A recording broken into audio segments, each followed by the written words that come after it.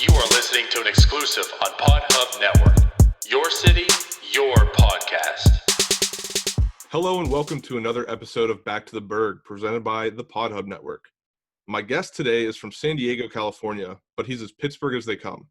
He attended Slippery Rock University and soon after found himself at the University of Pittsburgh, where he put his undergraduate studies to work as a multimedia specialist. His passion is photography, and I'm sure you've seen his work with Pitt Athletics, along with the Pittsburgh Steelers, and most recently, the Pittsburgh Pirates. Please welcome my guest, Alex Mowrey. Alex, how you doing, bud? Hey, man. Good to see you again. Yeah, I know. It's been a long time. It's been probably, when was the last time I actually saw you in person? There goes one of my egg crates. I'm trying to think of the last time I saw you in person. I think we were at our cabin, the Coleman cabin. The Coleman cabin. It probably was then. Actually probably was then. Yeah, I think life was very different around that time, too. Oh, yeah. So that had to be I feel like that was 5 years ago. It very well might have been, but I feel like I talked to you on a monthly basis. Yeah, for sure. In some capacity. Yeah, I'll always shoot a message to you about something. Yeah, well, I wouldn't have it any other way. All right, well, let's get into you and your upbringing. You're from San Diego, California, West Coast kid, and you come to Pittsburgh. What's the biggest difference you think between growing up West Coast and growing up somewhere like Pittsburgh? Well, I lived there for 17 years, so I did a good, as of right now, still half of my life there. Yeah. But when I was there, I was just in high school, so I don't feel like I was doing a whole lot of exploring or necessarily really, really growing. So coming here, I actually had an opportunity to do that because I went to college, and then now I live here. And I think the biggest difference for me has been the ability to grow up since I've gotten older and actually started working and living here in Pittsburgh. I think one of the biggest things that I noticed too is I really do think the people here are a heck of a lot nicer. I don't know if that's just my perspective on Pittsburgh or in difference to San Diego, but I don't know. I think the people are nicer out here. Yeah, no, I 100% agree because I just moved out to Jersey a year ago, and it's I can't talk to people out here. People will be nice to you, but you can't if you're sitting in line somewhere, you can't just be oh, how about this? How about that? Nobody wants to talk to you. Nobody wants to look at you. It's so weird. Yeah, I feel like that's been a really unique part of living here in Pittsburgh is kind of being around a bunch of different people. And I think more than anything, the people here are super passionate about Pittsburgh.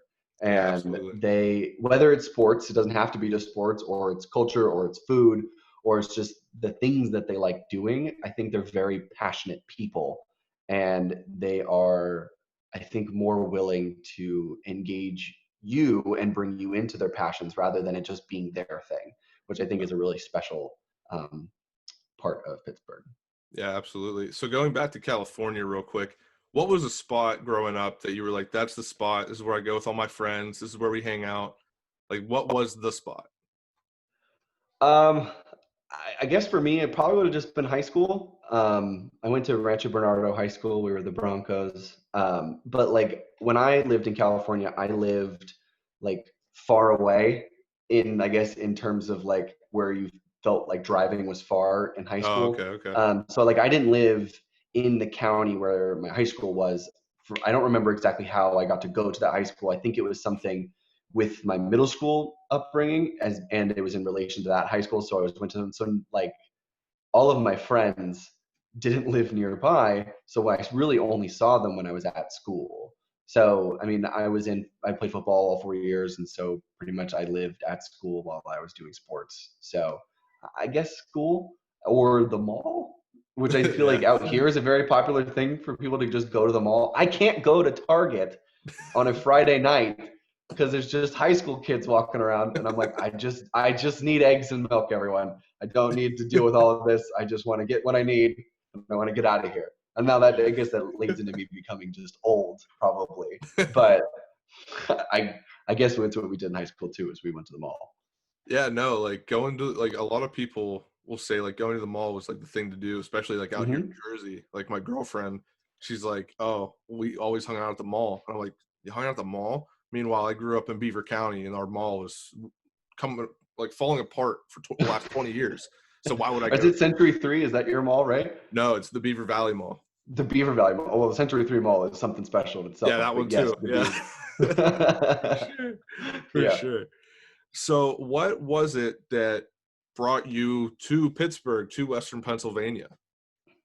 So I started looking at schools, I think probably like the early senior year of high school. And I looked at some of the West Coast schools, so like USD and UCSD, just because it was like, you're going to look at these schools, you live right next door to them. So I went to look at those. And then I really did a lot of East Coast searching for schools. So I did like the big names. So I went to Penn State. I actually didn't like it. It was one of the only schools that I like got out of the vehicle and was like, nope, don't like it. Really? And there was no, but like, I didn't even give it a chance. It was just, I didn't like it. But I think when you're choosing a school, that's a really big like part of it. You have to want to be there. And I literally got out of the car and already didn't want to be there. So Wow. it worked out because I didn't apply because I wasn't interested. But then I looked at Notre Dame. I went to Indiana University in Bloomington, in the state of Indiana, which was my dream school. Gosh, I wanted to go there so bad. I wanted to be a Hoosier real bad. And like, I wanted to wear the red and white striped pants. Yeah. I wanted that part of college, but I didn't get there. And then I visited like a good amount of the passion schools. And so I did like Slippery Rock, I did Cal U, IUP, so kind of like those ones that are along here on the western side. And then I also applied to Pitt too, and I got waitlisted for Pitt, and I got sent to Bradford, and I didn't want to go to Bradford, so I was like, I'm not going to go to Pitt because I wanted to go to the Oakland campus. Yeah. How pretentious of me. And I got into Indiana University, but they put me on the wait list. So I was like, well, okay, I guess I just keep looking for schools. And then Slippery Rock was actually the last school that I went to. I think it was like in October and it was snowing. And I was just like, yeah, this is like, but it was the opposite of Penn State. I got out of the car and I said, oh, wow, I love it here. I think this place is incredible. And I applied there and I got in and I accepted. And that was like, I was like, cool, this is where I want to go to school for the next 4 years. I never had like a question in my head where I was like, am I making the right school choice? And it was like definitely great. That's awesome. So did you always know that you wanted to be in the communication field? Good question. No, not at all.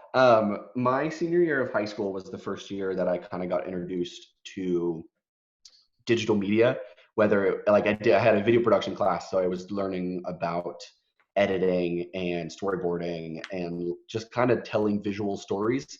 And that was like my first introduction to it. And I was like, oh, this is kind of fun. And then I was in student government, and then I was elected the historian. So my job was to take pictures of the events that we put on campus. So that was like the first time I got a camera in my hand and started playing with it. And that's when I started learning. I was like, oh, like this is fun. Like I enjoy taking pictures and recording memories. And but at that time, it was just pushing a button. I had no technical knowledge. It was just I could turn it on and I could press the shutter button and I would take pictures.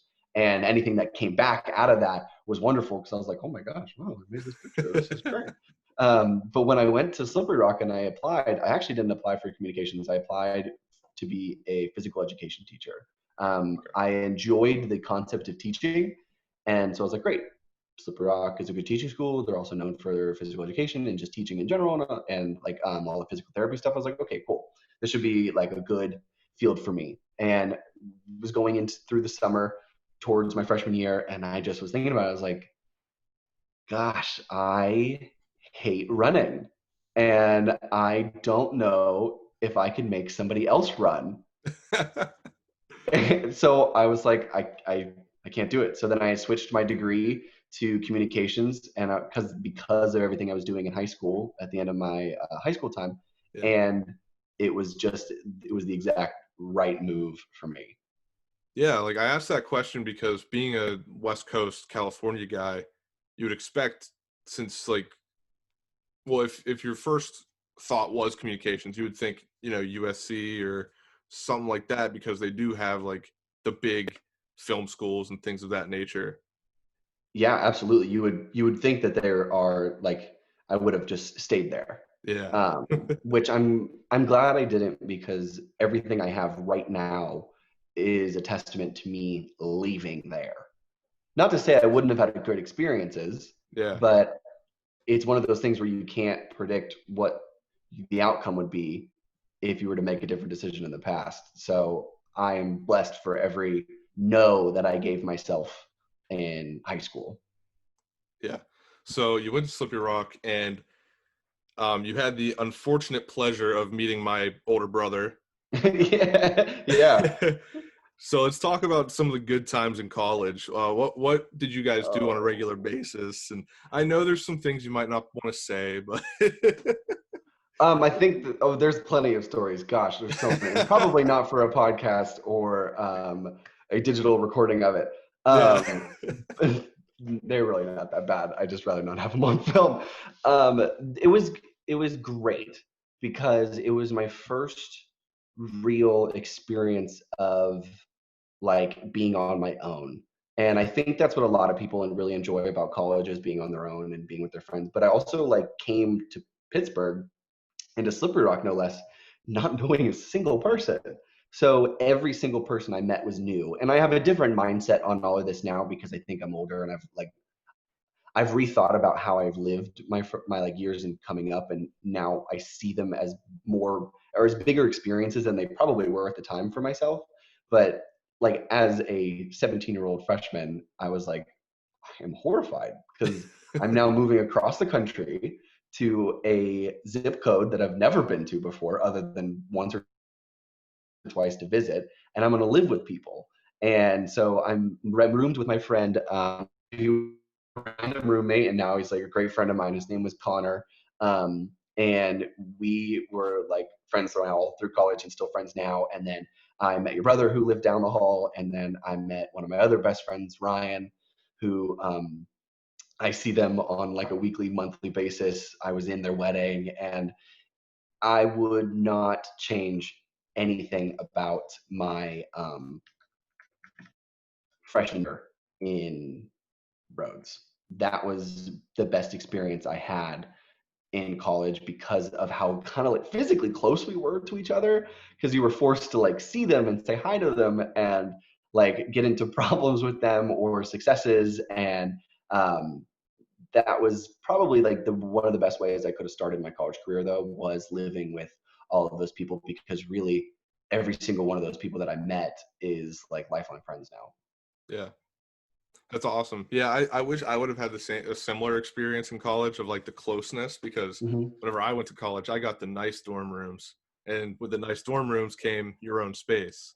So I didn't get to see people like that, and that's awesome how being forced into a closed space can form such great bonds. Yeah, no, I was lucky enough in like the later years of Slippery Rock to like live in those nice dorms where you got your own bathroom, and that was definitely a treat, absolutely. But I think me living in those communal residence halls was like one of the best things I did for myself while I was there. Yeah. So while you're at Slippery Rock, what were some of the big projects that you did, like photography or just content wise, that you still take pride in today? Um, some of the big things I guess I took a lot of pride in was the Rocket, which was the student newspaper, and that was kind of one of the big like launching pads into my career now.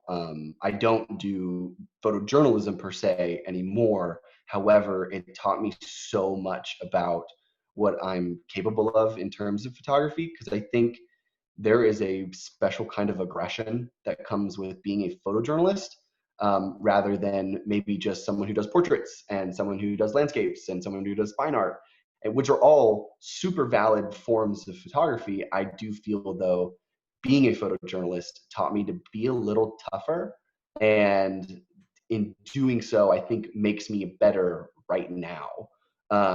In there, I got to just kind of see a little bit of camp everything that was Slippery Rock, which I think was really great because it also exposed me to so many different parts of the university.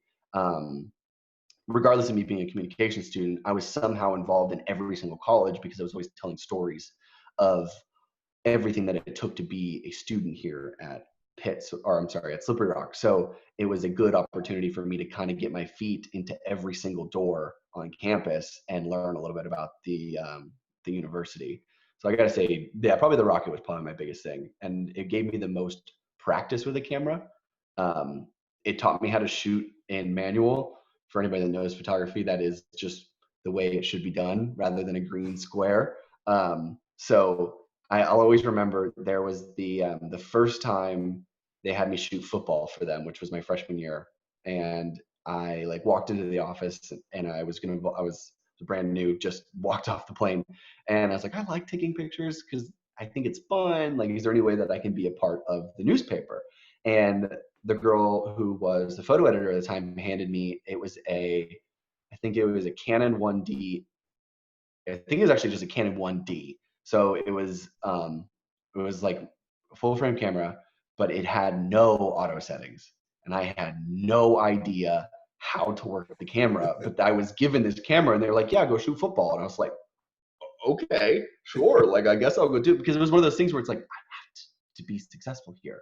If I want to like be asked back, I have to do well right now. Yeah. So I'll always remember I got my camera and I had, I don't remember what lens it was. It probably was, I think it was a 70-300, but it was like an f5.6 and it was a night game. So it's not a great lens and camera combo for a night game. And I remember being on the phone with my stepdad who was in the stands, and he did photography in college. And I said, help me, I don't know what I'm doing. And he was talking me through settings and how to like work a real camera. But it always is so funny because I learned through not knowing how to do it and kind of like being thrown to the wolves. And now I contribute so much of my career to learning that way. And let me tell you, that game was horrible. It was so bad. I can't imagine there was many pictures that they were able to use. Yeah. But it's like, it's the whole learning through failure thing that I am now as an adult so on board with. And I thoroughly encourage failure in like the nicest way possible, because that's such a hard thing, I think, for people to like grasp. They're like, wow, he wants me to fail. I do. I want you to fail, because then you know what it's like to lose per se, and then you will work a little bit harder to succeed the next time. And that's everything I do in photography and video. I take bad photos all the time. I take bad video all the time, but it's always a learning experience for me to do it better the next time I pick up my camera and shoot that thing, so I won't miss that shot. We talked about college, how that whole experience, how you've learned from that. How did you apply those skills to applying for your first job? It was my senior year of college, and I still kind of didn't know what I wanted to do. I just knew I liked taking pictures and I liked shooting video and putting productions, but I didn't know how to like apply that to a real career. And I just thought I had to be a photographer. I thought that was my only option. So I was like, I don't know how to go hunt for a photo job. So I was always like in LinkedIn, and I was like, photographer, and you would get a bunch of options, and you're like, well, I don't want to work at Kmart and be like the family photographer. Like, I don't want to be on the picture people. Nothing wrong with that either, but I was just like, that's not what I want to do. And then I saw jobs to be like a photographer on a cruise ship, and I was like, I don't know if I could like do that. Part of me wishes I would have gone and taken a cruise ship job, because wow, that would have been probably really cool. It's okay. But my nose is so itchy. During that last semester, someone from the Pirates came to speak to the business college, and she was the director of marketing, I believe, for the Pirates at the time. And I went to it because I was like, that'd be a cool person to listen to, and was listening to her talk about marketing. And I really hadn't explored what marketing was. And she explained so much about emails and print production, and how there was also this massive digital side. And this is not necessarily the infancy of social media, but it was prevalent, but it wasn't really, I think at that time, a industry standard. And it wasn't something that everyone was really, really on board with, I think, company to company, like they are now, and how essential and a building block and a pillar that social media is now. But I listened to her talk, and I was like, oh my gosh, this is everything I do lumped into one category, and that's marketing. So I was able to kind of switch my gears in terms of looking for jobs to being like, oh, I need to not look for photographer. I need to look for digital content marketing. And that's when the pool opened up and more or less shrinked to be a little bit more defined. And I went through my whole senior year and I still didn't like get a job. I did a bunch of applying for 6 months and never got a job. And I left college, I graduated, and I went back to work at Moe's. I was a master burrito roller. And I worked there for, I think I worked there for a total of like 2-3 years through college. But like I started washing dishes and then I moved into the, the lettuce and the salsa area. And then I moved to the meats and then I drove catering. So like I did a little bit of everything there, but I didn't even get the job right after I left school. I went to work for Moe's. And during that time where I was working for Moe's, I was applying for jobs. And then my current job, came up on, I think I saw it on Indeed or higheredjobs.com first. And I was like, oh, wow, that is literally in my backyard. And it's everything that I do and I'm really, really good at. And I applied and I did the whole interview process. I put my suit on and which I think for me now is very uncharacteristically like me. I'm so casual as it is. So wearing a suit now, it really is like, it's pulling teeth. But I just did the interviews and I was, I guess in their eyes, the best candidate for the job. And 6 years later, I'm still here. That's awesome. So like once you got there, like, did you expect like everything that they handed to you? Like, did you expect to have to do all that stuff or what were you overwhelmed? Because I mean, marketing and everything can be overwhelming in my opinion. Yeah, so no, I mean, like it absolutely can be overwhelming. It all depends on what the overall like end goal is going to be. Yeah. In terms of like projects and stuff. So that's like obviously a really, really large factor of it. But my job was a brand new job, so like no one was in the position before me, so I kind of got to write the script a little bit. And that was really exciting because I feel like I'm a very creative person and I got to kind of run the show, which I think for me was really, really nice. And I mean, since the day I walked in, the job has evolved tenfold. I mean, as you know, you've watched digital media explode. Yeah. And now I'm doing work in 4K now solely. Like that's like my only file formats that I work in. And it's just even like in terms of that, in terms of things like equipment upgrading and the desire of the people that we're talking to is so much higher that I have to work at another level. And that's been like the increasing thing every single year. But when I walked in to that job after graduating college, I really did have all the skills I think that I needed. But I will tell you, I learned a lot in college. I really did.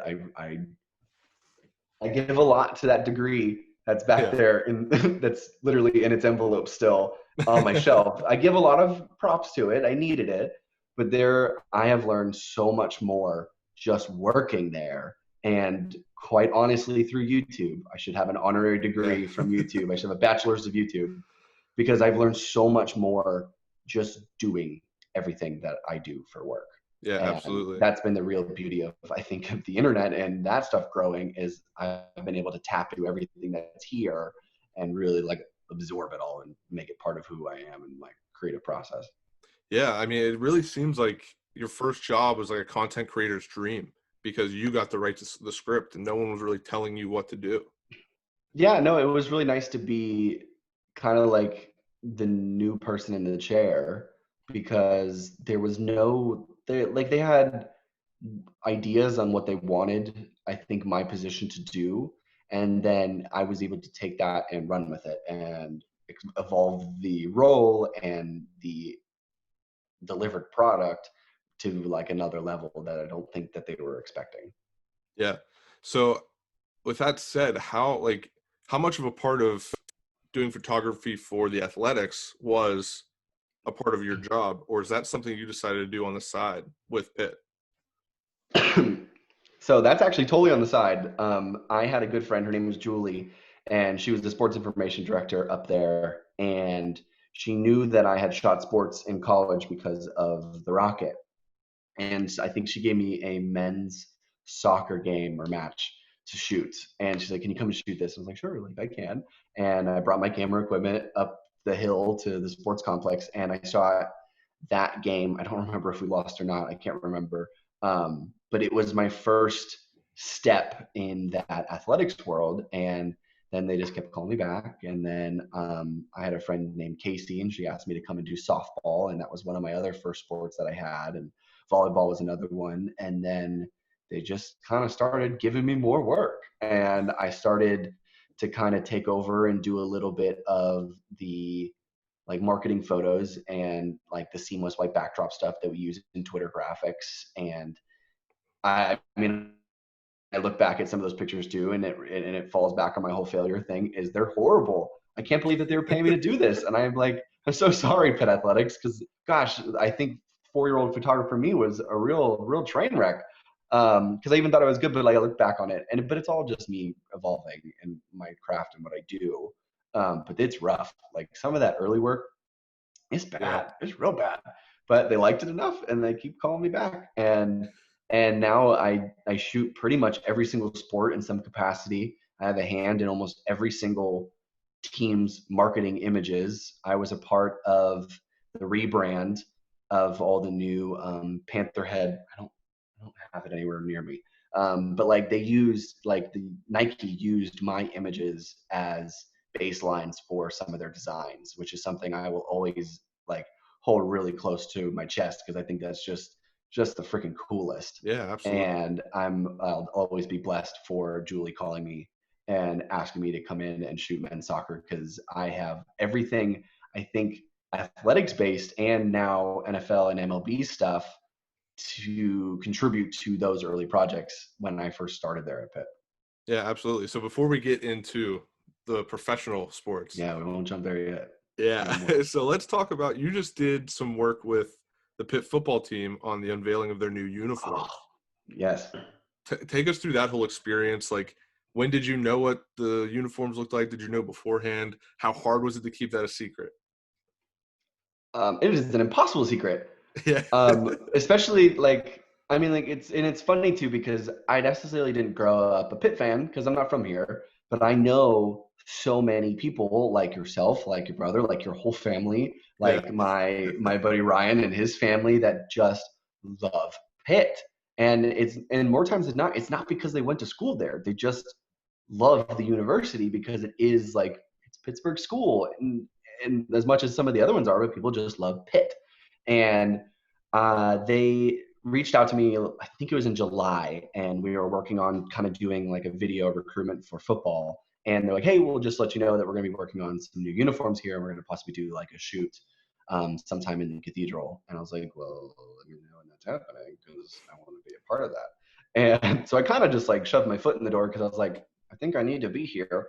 Yeah. And then it was I showed up on the day, and like they had hired an outside company to do all the lighting, and they did all of the video work. And then I shot all of the stills around what they were doing, and then I shot some of the behind the scenes video and behind the scenes stills, just to kind of help like tie the whole story together. Because if you're thinking about content, as much as the content is what you're taking the images of, there is other things happening that you can split that up and make more content out of it, which is like where a whole BTS thing comes from. Yeah, and absolutely. Like of the final product, because people love to like learn how things were created, especially when you just like see beautiful images and pictures. And like that's why DVDs have behind the scenes, because you want to learn how the movie was made.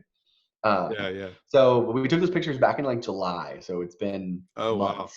And they've just been sitting in a little folder on my computer, and I've been waiting, and I've been waiting, and I've been waiting. And then I got a text from one of the girls in charge, and she was like, hey, just to let you know, we're going to be pushing the uniforms out pretty soon. And I was like, yes, finally.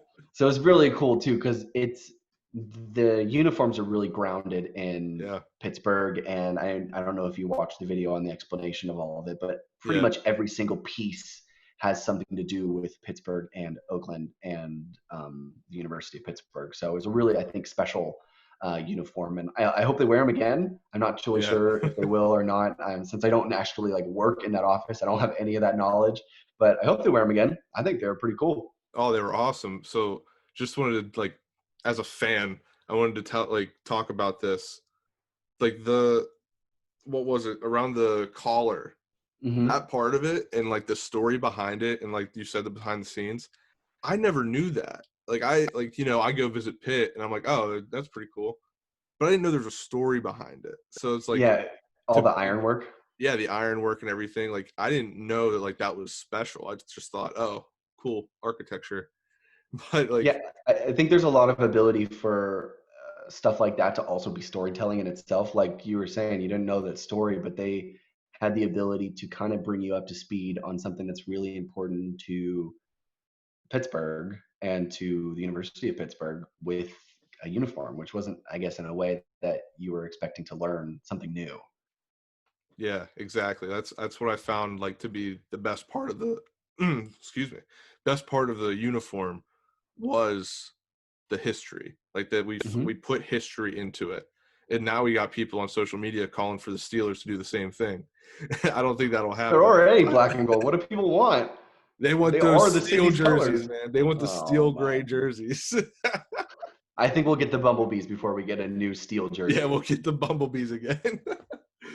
All right, so let's get into the Steelers. How did you get to be a photographer for the NFL at Heinz Field for the Pittsburgh Steelers? Because that is a Pittsburgh kid's dream to be able to do that and be on the field and take the pictures, take the videos.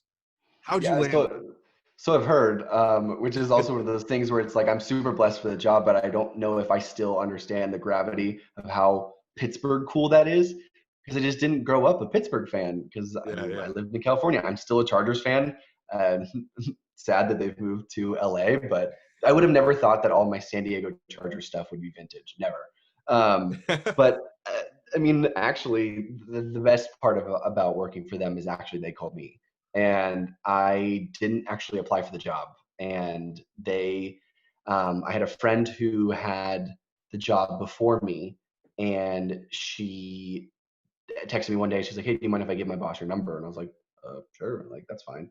And I was on vacation in California, and I got a phone call from New York, and I was like, maybe I should answer this phone call because I don't answer phone calls to my phone if I don't have it saved Yeah. because I get so much spam, I get so much garbage. So I was like, well, okay, I'll answer this one because it's from New York, and sure, why not? And he was like, "Hey, Alex, this is Russell from the NFL," and I was like, "Oh my gosh, hi, Russell from the NFL. How are you? Nice to talk to you. Nice to meet Yeah. you." And he just kind of told me about the job and that my friend Sarah had like recommended me and thought that I was good at what I do and that I would be a good addition to the team because she just got a job with the Jets, so she was going to be moving and there was going to be an open vacant spot for me. So I interviewed with him, and then they sent my portfolio to the Steelers, and then they were able to decide and then get back to the NFL and say, hey, yes, we would actually like to have him be a part of the team. The best part was that I hadn't shot football up to the Steelers stuff since college because I didn't shoot for Pitt Athletics. They didn't have me shoot football yet. Yeah. So Russell was like, well, can you just pull what you have together from college and send that to the Steelers? And I was like, you want me to send 5-year-old images to them? Because that's all I've got. And he's like, yeah, that's fine. And I was like, okay. So I was real nervous about my chances because I was like, I haven't shot this in years. Yeah. Like, are they going to like what I have? And lo and behold, they got back to Russell and then they got back to me that they wanted me to be a part of their team. So this is my second season Yeah. with them now. It is a very different season with everything going on. I am shooting everything from the stands and what's called the operational zone. If you've been watching it on TV, there's those tarps, and then I Yeah. can be in that first row at the end of the tarp in the field. So like that's where I can stand. But last year was just a full-on sprint. It's so fast, but it is one of the best ways to watch a game. Um, it's super cool. I only had been to like 2 Steeler games prior to like actually stepping out onto the field and shooting for the first time because I could never get tickets to the Oh, games. it's like you got to It's sell an so arm and a hard. leg. Yeah, Cody, one of the last times I went to actually as a fan, my tickets were the highest seat in the stadium you can buy. You know the seats, the steps at the top, and they Yep. go all the way and they lead to 2 chairs right at the very top. Those were my seats. And it still I costs couldn't you get $100 each, farther. huh? I couldn't get farther away from the game. Like I was like, oh my gosh, who's playing right now? I can't even tell.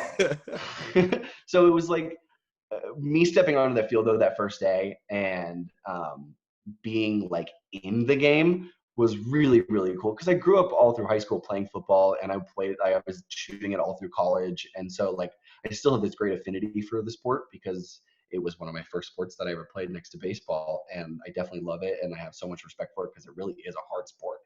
Um, but being there on the field and like the first time they played like Renegade and just like it is so loud. And I mean Yeah. it's loud from the stands, but being in the middle where all the sound is coming to, it is so loud and it just gives you chills. It is just the coolest thing ever.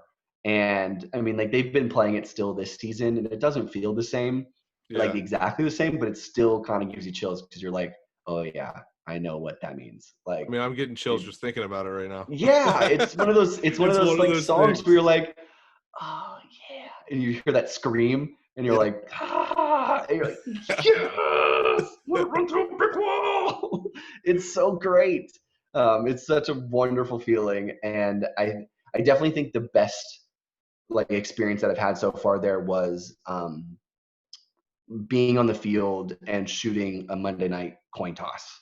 Yeah. That is something I have watched on TV my entire life and seen them shake hands and you're gonna call it toss, call it in the air, blah blah blah, and you see the coin flip but being like on a knee below the captains and watching the coin flip over your head, it's wild because the crowd's going nuts and the lights are all on you, but it feels like daytime because it's Yeah. just so bright. And kind of like shooting those pictures, shooting the handshakes, then they rotate, and then you just like scuttle off the field because you're not allowed to be there anymore. But like seeing that on TV and then being able to do it in person was Unreal. just the coolest experience. I think one of the coolest experiences I've ever had as a photographer because that was something that I never imagined was possible for me to do. And I exceeded an expectation I didn't know I set to myself, which was really, really rewarding. Yeah. Absolutely. So now we talked about like the thing to talk about. Now let's talk Mm-hmm. about the Pirates, I guess. Mm-hmm. I guess. Oh, our poor team. Yeah, Yeah. it sucks. But you got to be a photographer for them this year as well. And that was your first experience of like COVID, like sports photography. Was it what you expected? Did you expect to have to be in the stands and take pictures, or were you like, oh, I want to be in the camera well, I want to do that stuff, I want to be down there taking the photos? Like what were your expectations versus the reality? I guess I don't know if I had any expectations because I guess I didn't know what was going to happen or if we were even going to play at all. Yeah. Since we like obviously went past the opening day and we like just weren't playing baseball because of COVID and everything that was going on. So we kind of were just kind of sitting and waiting for baseball to start potentially. If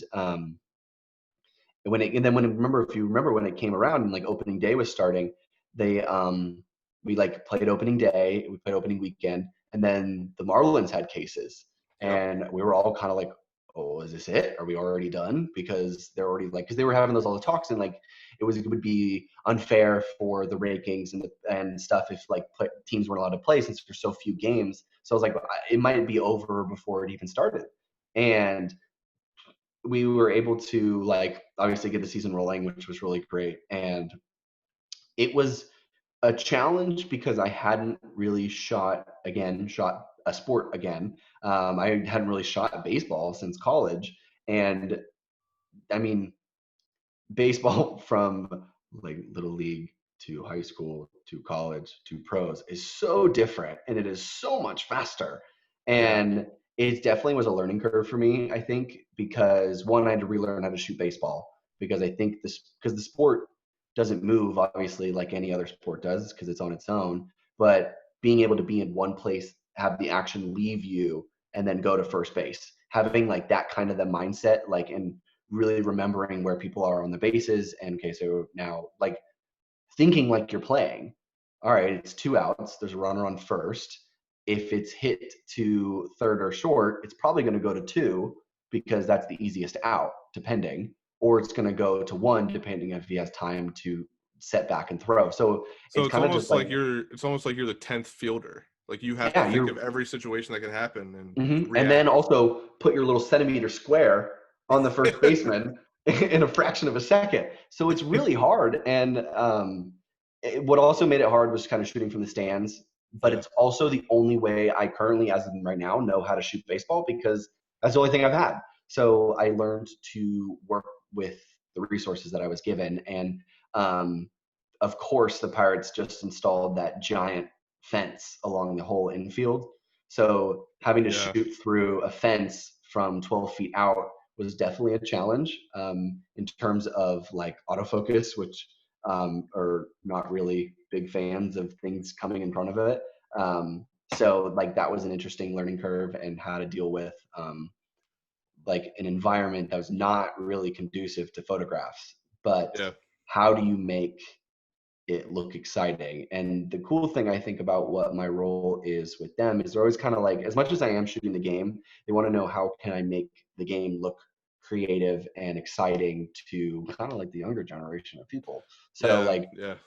there's a lot of older people that watch baseball, but they want to get this younger generation that will become those older people who want to continue to watch baseball. Exactly. So those people see the game differently, and that's why they kind of have a team of us there to kind of see it. So it's like whether I'm shooting like harsh shadows and having only the highlights be what the image is, and or kind of shooting it from different angles, so like not necessarily just shooting the game really tight but shooting it really wide and showing all this negative space. And it was really kind of a cool creative, I mean really it was a creative challenge to say the least, in how to make the game exciting but from the stands. Yeah. So And just a little bit. it was also like super humbling being some of the few people like during COVID to actually be like working and shooting sports in person Yeah. was really, really humbling because I mean, no one was watching baseball in person. No one was watching any sports in person. I mean, I was working and I was being like paid to be there, but I was still like, I was watching sports and I was sitting in the seat. There just was no hot dogs cooking. Yeah. So like was it you brought up the food. Now I have to talk about the food. Was it weird not smelling Manny's barbecue from center field?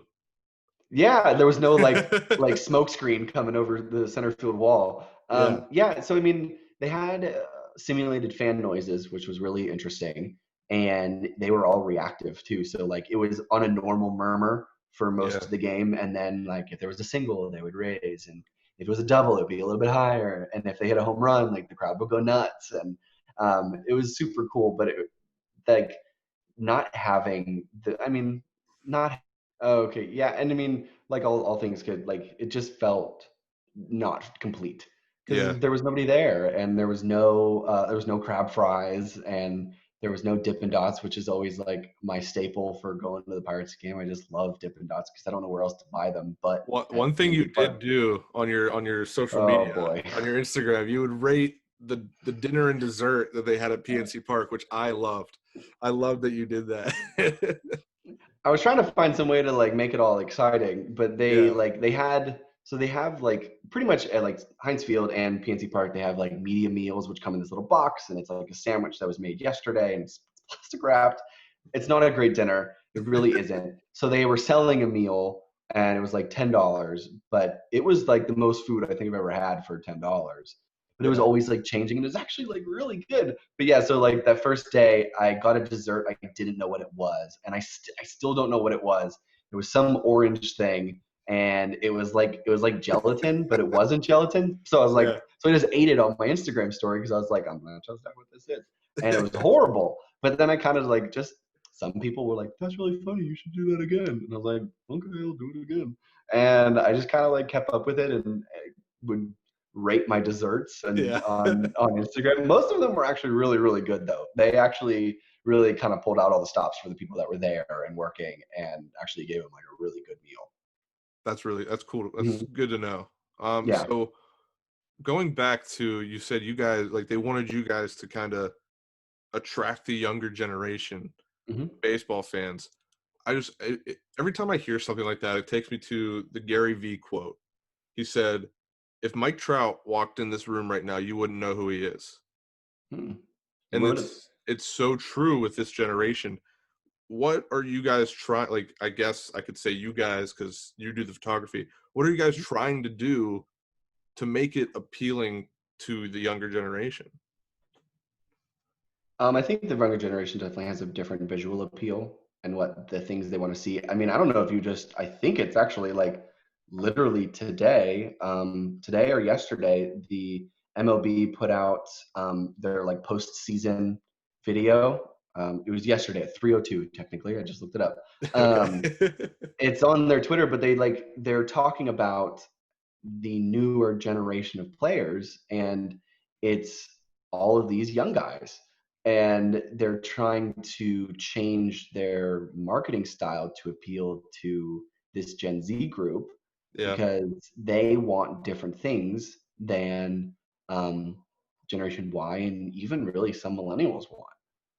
I mean, the tail end of millennials are pretty much Gen Z because they're so close, but they want different things. They have a different idea of what's like good content, and what's exciting is they expect efficiency. They expect stuff quick, Yeah. and they expect it to look sharp and to look good, and it's colorful, and you can hear it well, and it looks good, and you get it when you want it. So it's if you go and watch that video, it's a very different than I think you've ever seen the baseball talk about the postseason. I mean, I think freaking even DJ Khaled was like the narrator. So it's Yeah, like I did see a things like, clip. Yeah. yeah. So it's like that sort of thing. They're pulling out people that those Gen Zers know. They all know Major Key. They all know who he is. Yeah. But like you said, they don't know who Mike Trout is. They don't know who that guy is. Only one of the best baseball players around right now. Yeah. Like, but that's what they're doing. So in that video is actually a perfect example of that question. Is that's literally what they're doing. They're bringing in rotoscoping. They're bringing in all this animation that Gen Z really loves. Yeah. So thank you for coming on. It has been Hmm. awesome. I always like to talk shop, and to be able to put it in podcast form is even better. Yeah, So, yeah, everybody go follow Alex. I believe all of your socials are at the Mr. Alex. Is that on right? purpose. Yep, it's easy to find. That's what I did. Mhm. So yeah, thanks, Alex. And everybody be sure Absolutely. to follow him. And I'm sure you've already seen his content, but now you got a mainstream line to it. Love it. All right. Thanks, Alex. Thanks for having me, bud.